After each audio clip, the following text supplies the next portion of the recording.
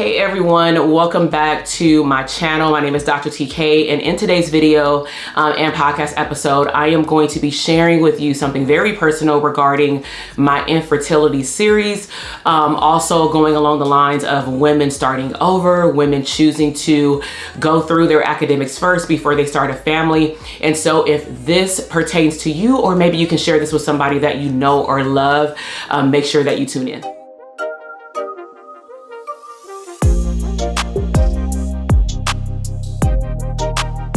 Hey everyone, welcome back to my channel. So if you are new here, welcome. My name is Dr. TK, and in today's episode, I am specifically going to be breaking up pieces of my life transition, next chapter, infertility series. Now, the way that this series came about is that I had shared about 3 parts on my audio podcast about 2 years ago. And every time that this topic comes up, especially amongst women who are driven, who chose to maybe not have kids until they finish their academic career, a lot of women, especially a lot of women of color, are challenged with infertility on a multitude of levels. And even within my community, individuals have shared things on Instagram or even in my coaching programs with me privately, of course. And I tend to have a discussion with them with the way that they reached out, unless I have a way to access them. And I've shared with them some things to get them upbeat. So the reason I'm choosing to share this during this abundance series during the holiday of 2022 is to pull up the mood of women and or men who are dealing with this and working through it, because it's not an easy process. This is not an educational episode. This is more me sharing my journey. And so let's just go ahead and get into it. I don't really know how many parts it's going to be. I want to deliver the information into small bite-sized pieces, because emotionally, depending on who's watching or listening to this, it may trigger some things, okay? So I want to take you all the way back to why I chose to wait, okay? So I have my doctorate degree. I entered into graduate school at the age of 23 with my master's. Finished that by 25, went straight into my doctorate. And my doctorate, even though I had my master's already, it was still a 4-year program. During that time, I was also in a previous relationship with someone for a total of 10 years. The individual that I was with, we were together, dating, boyfriend and girlfriend, for a total of 7 years. And then I was married from 26, 27 until for 3 years, right? And so we were together in total for 10 years. We met in Southern California, and then we moved up to Northern California. So the reason I'm explaining our timeline is because when I started grad school, my doctorate program, I was 25. And during that time, I don't know why, I guess biologically, I started getting baby fever, right? I didn't even know what baby fever was until I started getting it. I was just yearning for a child, and I could not explain it. So I sat down and had a discussion with my partner at the time, and he said, "You just started school. Are you sure that this is something that you want to do right now? Are you able to handle, even though, I'll be here, handle a child, raise a child, while at the same time go through a 4-year program in which you're not even sure how you're going to handle the program in the next few years, because it gets more rigorous as we move along." So I'm like, "You right, let me slow down." But I was still having the yearning. So that's when I chose to actually get my very first dog. We got her from the pound in Berkeley in Northern California. And she was already 1.5 years old. So I'm not saying that replaced my yearning for a child, but I mean, it just made me shift my focus into taking care of something else. And so I was up in Northern California for a total of 3 years. And then I moved back down to Southern California, and we got married while I was in grad school, I think my 2nd or 3rd year. And so moved back down to LA because I got accepted into an internship for Los Angeles County Department of Mental Health. So that meant that I was locked into LA for at least another year. So during that time, during that time, everything was good. And then we moved back up north because I graduated when the market crashed in 2009. And so couldn't find a job, even though I had a doctorate degree. So I chose to move back up to Northern California, my old practicum site that I worked at a high school for. They ended up offering me a job that they were about to post online. So moved back up there. And during that time, that's when we sat down and talked about, okay, got a job, got health benefits again because I didn't have it once I lost it when I couldn't find a job. And, you know, let's go ahead and try for it. So I had realized over a short period of time, but I felt like I was young, that I wasn't getting pregnant, right? And I was like, wow, during this whole like almost a decade process, I've never been pregnant, right? So women, if you notice that something is not right, ask for help. So we kept trying and we kept trying. And then something told me, you know what? I am close to 30. Maybe I should go to the infertility doctor just so they can check me out. So I went to my OBGYN. They referred me to the infertility doctor. So I went to the infertility doctor, did the whole blood workup, all the internal, external ultrasounds. They didn't find nothing. So they said in order for them to rule anything out that they can't see, they need for my partner to go and get a full blood workup and physical as well. Well, that individual never went to go do it. So clearly, along with other things, that caused a lot of friction in our marriage at the time. So move forward, I pretty much, I'm gonna say, begged that individual to go do it. And that should have been one of my red flags to say like, okay, maybe we're not on the same page. Maybe we don't want the same things. And I'm not saying that people are excited to go to the doctor. However, if as a family unit, you both decide that you want to have a child verbally, then your actions need to follow. And the actions weren't being followed. So I'm gonna say just gave up on asking and pretty much trying, okay? But remember, the infertility doctor, at least with my physical, didn't find anything wrong, okay? So about maybe a year later, I mean, we were having friction, to be honest. This isn't an episode about our friction in a marriage. That's a whole nother situation. But we were having friction in our relationship. I'm gonna say hell from the beginning, before we even became a couple, all the way through our marriage. And I don't regret anything because I believe that everything that you experience is a life lesson. But let's just say this, I'm hella glad that I didn't get pregnant, okay? Because after 10 years, your girl filed for divorce, okay? And again, I'm not gonna get into the details of it, but we just filed irreconcilable differences because we were just outgrowing one another.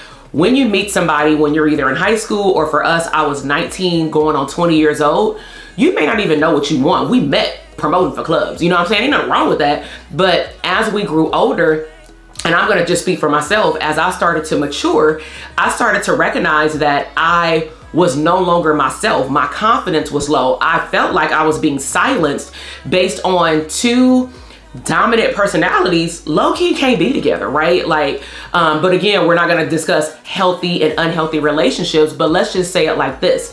I'm very happy that I did not get pregnant in that time. So what's the takeaway before I wrap up this episode? Okay, let me just slow it down and go backward. Ladies, no matter how old you are, if you feel like you in a relationship and you've been doing the do and you ain't got pregnant and you trying, and maybe even you tracking your ovulation, you may want to go get that checked out. You want to ask the doctor specifically. Now, let me put this out there as a disclaimer. I am not a medical provider like a physician. I am a psychologist. Mindset doctor, right? But just speaking from my own personal experience, as a woman, I would suggest that you request a full blood workup. Let them know exactly what you have been doing. Let them know, and no secrets to your doctor, all your medical history, especially if you switch doctors, because I was doing that when I was in college, because I had different types of insurances. So sometimes I would go to a doctor, sometimes I would go to a clinic just to get my yearly annual PAP, you know, because at least back then it was every year. Now it's like every 3 years. So make sure that you ask for a full blood workup and a physical. If you feel like something is not okay in your stomach, make sure that you ask for an internal and external ultrasound. So what does that mean? External is, you know, they put the little jelly on your stomach, they make you drink a lot of water, and then they look at in the inside of your uterus, right? And your stomach for that matter. Internal is they take that big old wand. I ain't gonna go into detail, but ladies, you know exactly what I'm talking about, because if you've been pregnant, that's what they have to do anyway, okay? But make sure that you're very open with the doctor. Now, what are some lessons learned about my visit with the doctor? What I wished I would have done just to be more proactive back then, right? To prepare me for having a child later, is that I wished I would have asked them, well, what do you see? You say you don't see anything, so tell me what's right and tell me what don't maybe look right, so that way I can understand maybe even why you're choosing to look at my partner's sperm, right? Because they were looking at to see if my body and that individual's sperm was a match, because sometimes it can be a biological issue where just the two things don't match and meet, therefore an egg is not fertilized, right? Another thing that I wished I would have done is maybe even seek counseling, okay? Because I believe that that was a small component of communication barriers that occurred in our relationship, okay? So sometimes, ladies and gentlemen for that matter, you may want to go talk to a third party that's objective. If you're a spiritual person, I understand that sometimes we want to go to the church first, but sometimes, depending on who's in your church and who does the counseling, that may or may not be what you need, right? You want to be able to talk to individuals that can talk to you beyond spiritual guidance, because what we're talking about is the feelings of emptiness, if I can be quite frank. The feeling of being 30, looking around, if I can be all the way transparent, and watching my friends have children like it's nothing. Like I started to build a healthy level of jealousy. Like, I want that. There are two different types of jealousy. One is healthy, one is unhealthy. Unhealthy is you get to the point where you're envious, where you just start despising people, you know, resenting people, treating people wrong, talking about them. We're not talking about that. What I'm referencing is looking at them have baby showers, hell, me hosting the baby showers, driving or flying from Northern California to Southern California in certain months, hell, every 2 weeks to come to a baby's, birthday party. And I loved it. Some of those kids are my god kids. However, what I will say internally, what I was battling and what I chose not to share with my friends was the feeling of wanting to cry, and low-key sometimes crying myself to sleep, because I didn't feel like somebody would understand me, because all they may see me as, and this is my narrative, is that you're successful. Maybe that's their level of success along with other things that they do. But other people saw me as success defined by my academic career. And I'm like, this is not it. This is not all I want. I want a great academic career so that it positions me to have back then a great job and one day become a business owner, where then I can create an abundant lifestyle. So that way, when I do have a child, I don't have to sacrifice having to do things that I can't do because I'm not in a position to do so. So ladies, talk to your doctor. If you need to wait on a referral from your primary care physician to go and see your OBGYN, I don't care if you gotta wait 2 months. Wait for the call.